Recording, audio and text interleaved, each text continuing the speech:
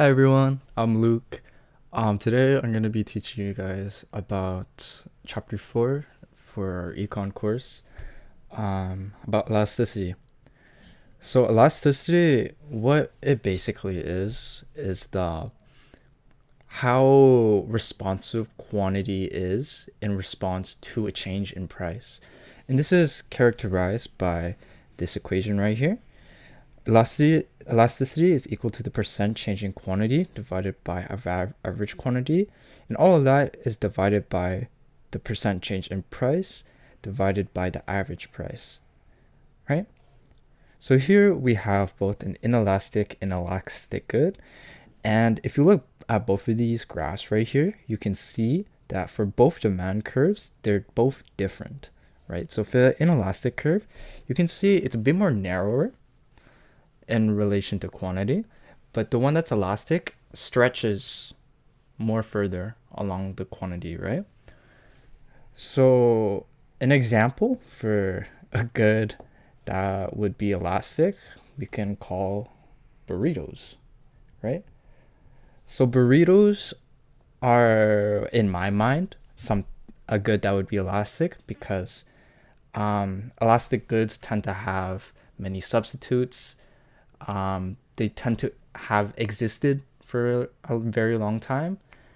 Yeah. So for burritos, some of the substitutes that you would have instead of a burrito would be like, I don't know, lasagna, pasta.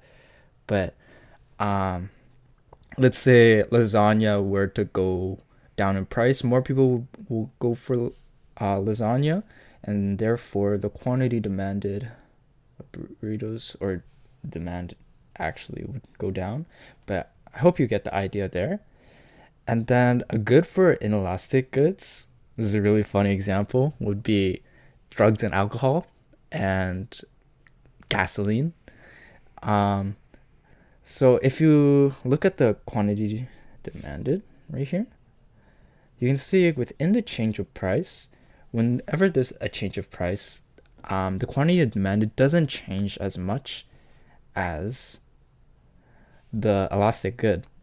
So that means in the change of price, consumers that were to indulge themselves in like drugs and alcohol, um, if it were to get expensive, their quantity, the how much more they would want of that good would not change as much because of addiction. Gasoline also because people drive. Driving has been um, a, a big culture part for America and Canada.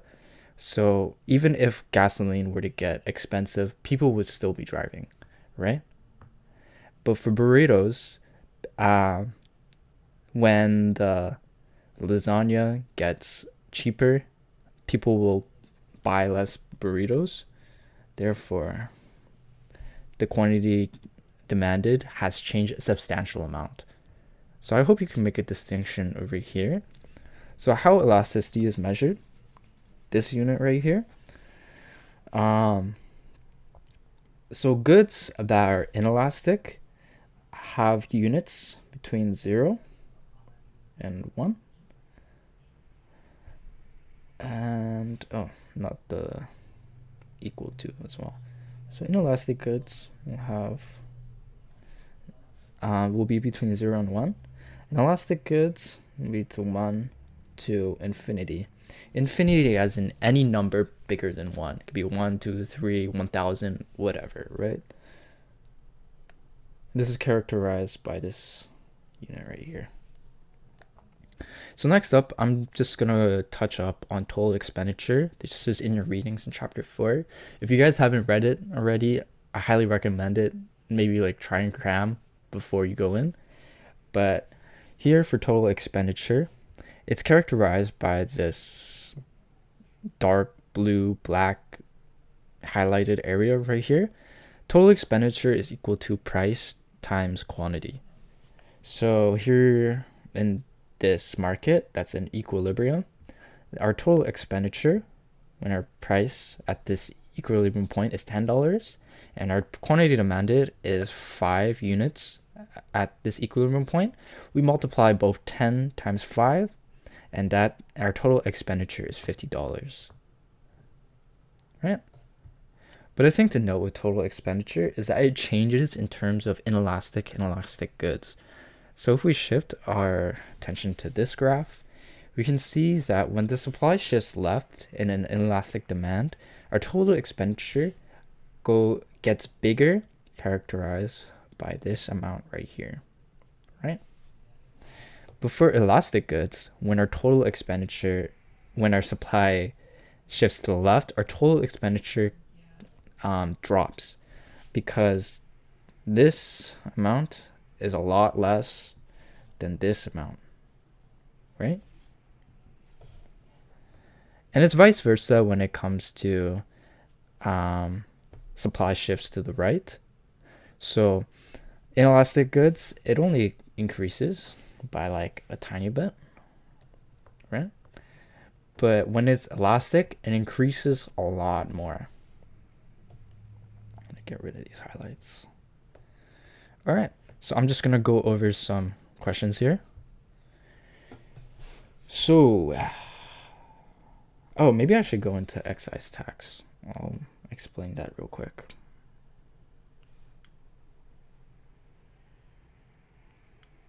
So excise tax is also introduced in chapter 4. I'm like pretty certain it will show up on the midterm, but I'll go over it really quickly.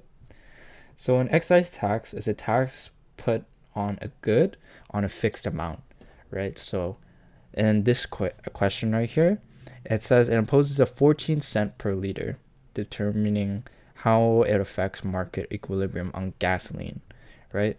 So on an excise tax, a new price for consumers is made, a new cost in which suppliers are willing to sell for is also made in order to compensate how much the excise tax costs, right? So instead of it being from market equilibrium and it being like this, right?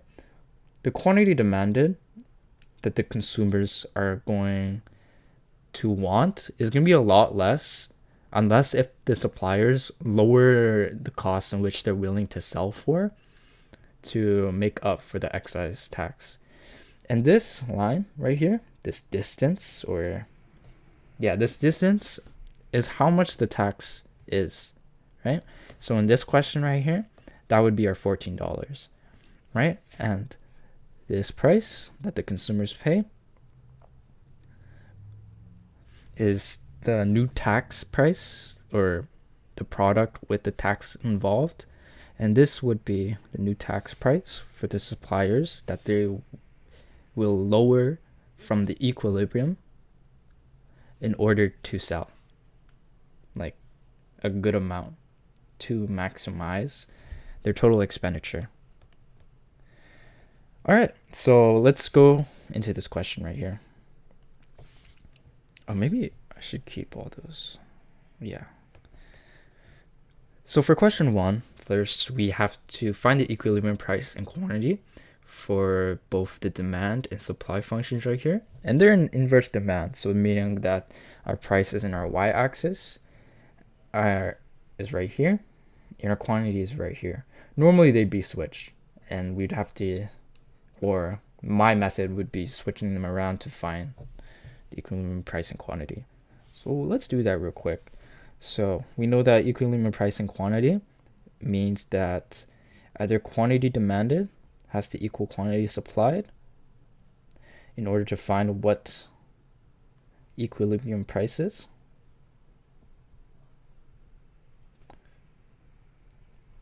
Or we can put price of demand is equal to price of supply in order to find equilibrium quantity. Right? So we can use this idea right here, this equation. Since price is on one side here, price is on the other side here, we can just put these two into both sides of the equation, since we know they're both equal to price to the respective demand and supply functions. So we can just, let's keep that. We can just do 80 minus 5q is equal to 24 plus 2q. And we know that, this is the same as this because this is the same as this, right? Because they're both equal to each other. And this is the same as this because this is the same as this. All right, so we can just solve for q here. This should be 56, I'm pretty sure. Yeah, 56 is equal to 7q. And 56 divided by 7, excuse me, my math kind of sucks. It's equal to 8, so 8 is equal to q. So this is our equilibrium quantity right here.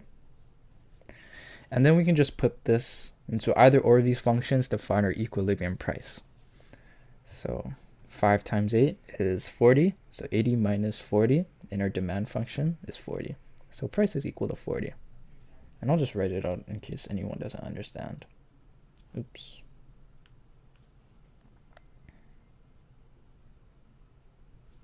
Yep. Times 8. Then I'll add a little blue thing. This is our equilibrium quantity that we're plugging into demand function. Excuse my dog. So 80 minus 40 is equal to 40. That's our price. I hope that makes sense. If you guys have any questions, then you can contact me on Instagram at Luke Ducmai, LukeEducmai. Okay. So we can go into question B here. So suppose the government imposes a tax of 14 cents. Determine how this affects market equilibrium. What is the new price paid by consumers? What is the new price paid by producers? So if we circle back to here, we know that consumers and producers, they won't be charging and selling for $40 anymore, and they won't be they both won't have a quantity demanded or a quantity supplied at 8 units anymore, right? Instead, they're gonna have a lower quantity supplied. Consumers will be charged more than the equilibrium price, and suppliers will charge less from the equilibrium price, right? So those are just some key things to look out for. So determine how this affects market equilibrium. What is the new price paid by the consumers and the producers? So for the suppliers, we know that this amount plus whatever is this amount, which we know is 14 cents now, not dollars, is going to equal this, right? Because this is the distance between this and this. 14 cents is the difference between the supplier and then the price, characterized by this tax right here. Just think about it like movement along the y-axis, right? So we can make like a mini equation.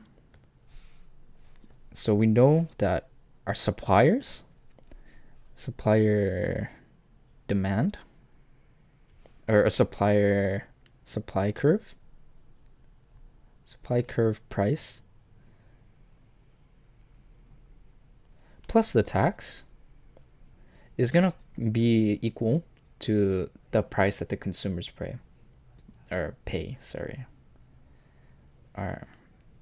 the demand curve price. What's a better way? So the price the suppliers pay plus the tax will be equal to price of the demand. I hope that makes sense. The tax is the distance between how much the suppliers pay and the consumers pay.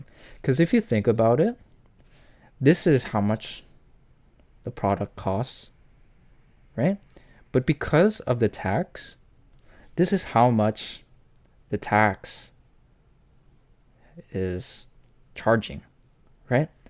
So think of this as like your clothes that you buy at H&M, And then this being the tax being charged on your clothes. It's charged on top of your clothes, right?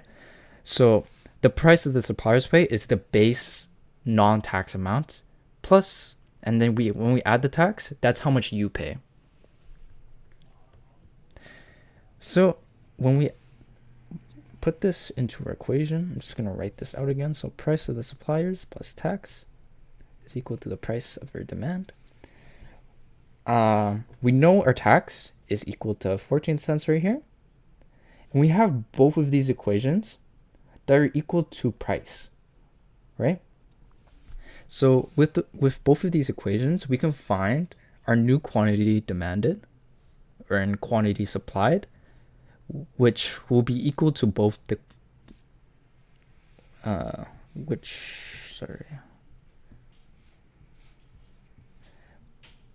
which will tell us like where along this graph the suppliers pay and the consumers pay.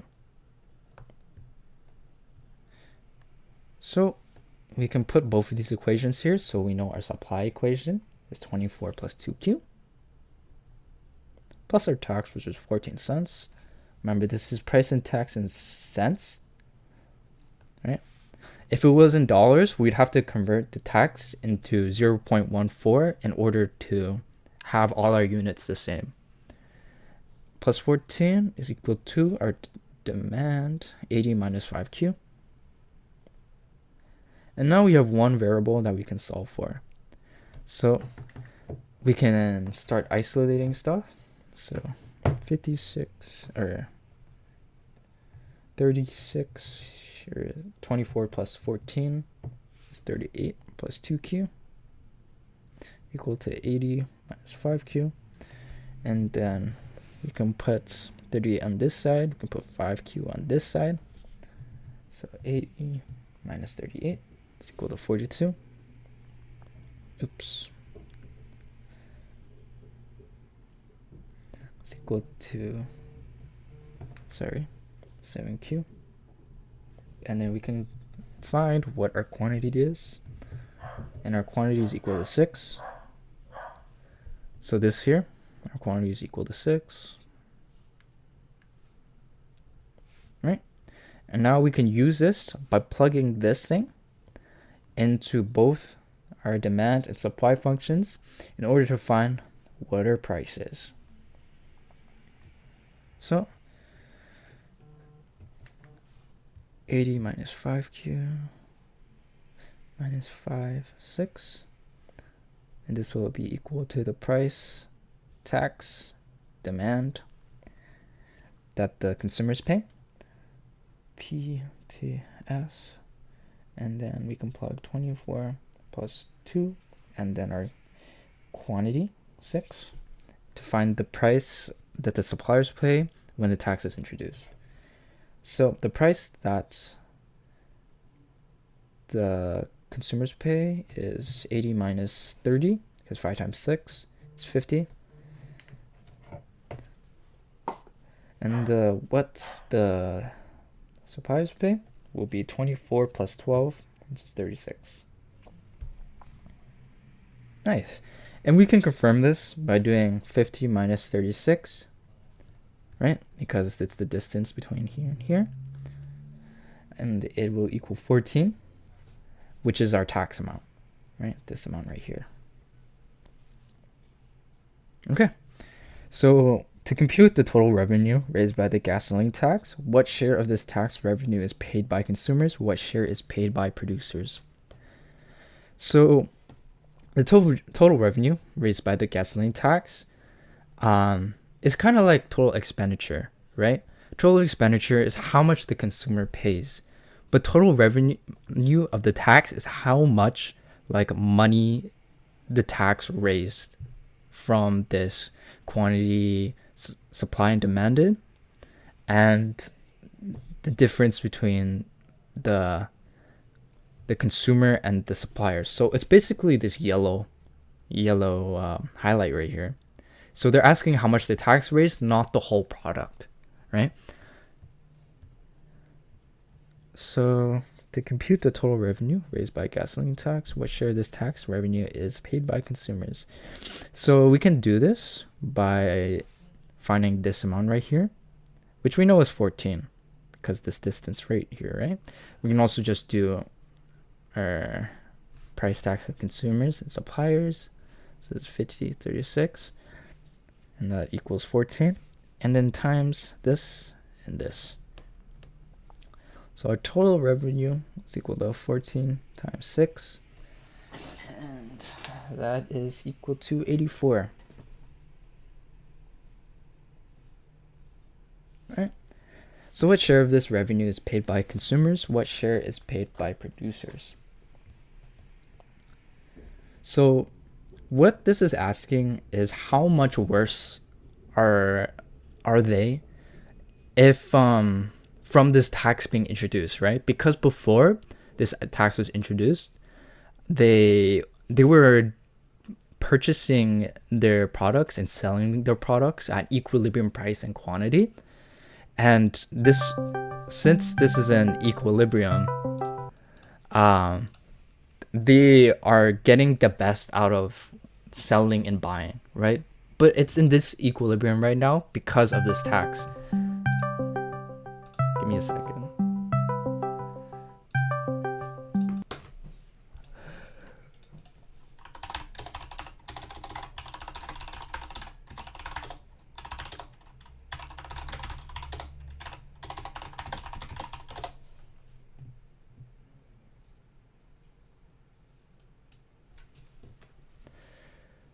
Okay, so we need to find out how worse off they are from this.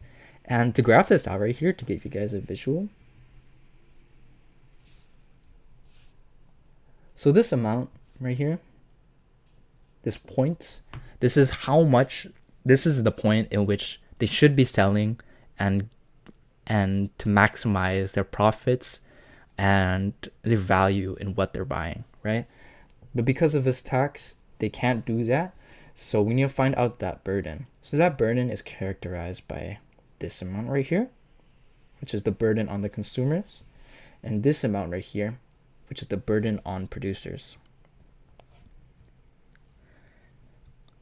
So in order to find out, we need to find, we know our equilibrium price is equal to 40. So this is 40. I'm going to erase this. So we can think 50 minus 40, which is 10. This is 10. And 10, and then we can multiply this and 6. So then for consumers, $10 or 10 cents, sorry, times 6 quantity is equal to $60.60 that the consumer pays. And then we take 40 minus 36, which is 4, times 6, which should be 24.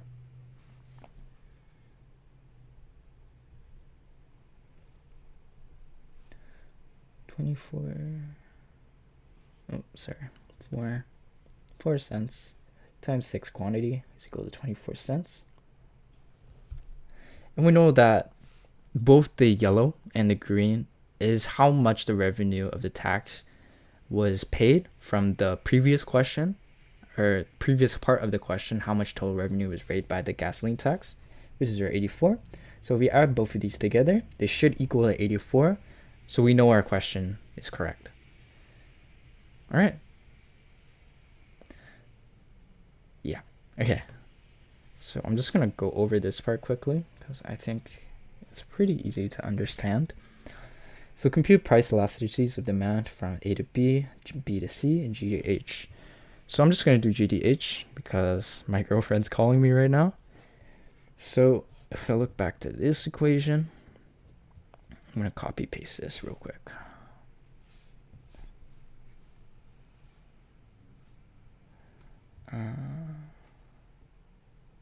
Can I? Or maybe I'll just move it down.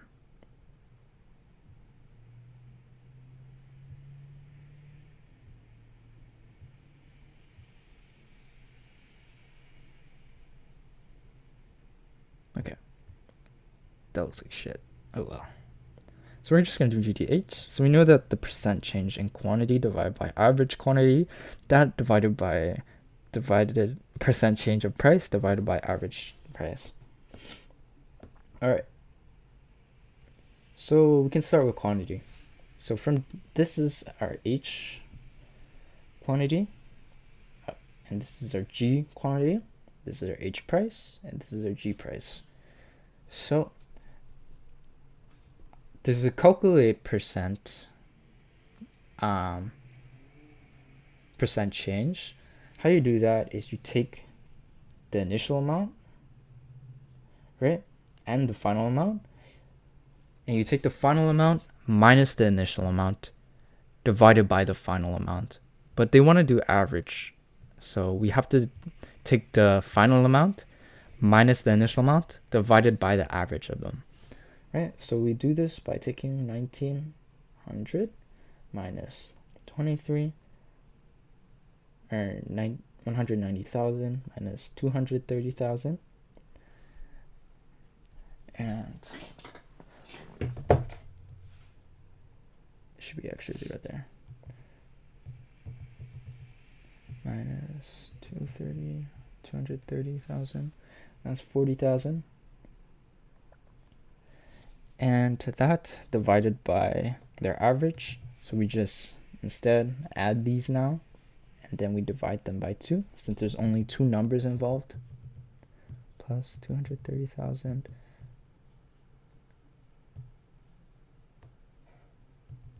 the fuck divided by 2, and that's 210. And then divide this amount by that, right? So for elasticity, we only measure elasticity in positive number.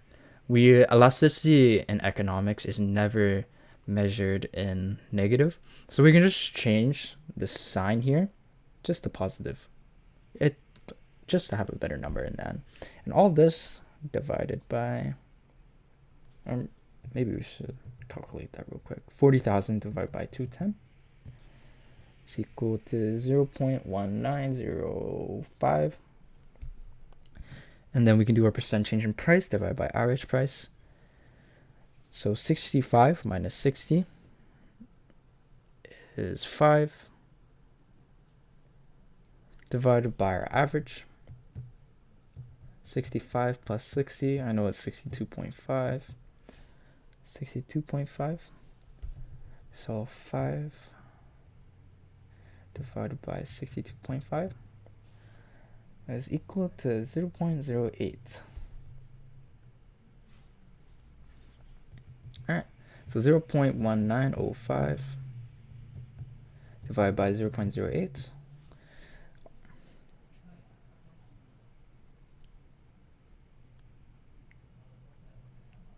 And this is equal to 2.38125. Right? So if you remember before, when I was showing you guys elasticity, anything between 0 and 1 is inelastic. Anything higher than 1 is elastic. So at this point right here, this good is elastic. Okay, so I'm gonna finish off right here. If you guys have any questions, comments, or concerns, then you can reach me on Instagram.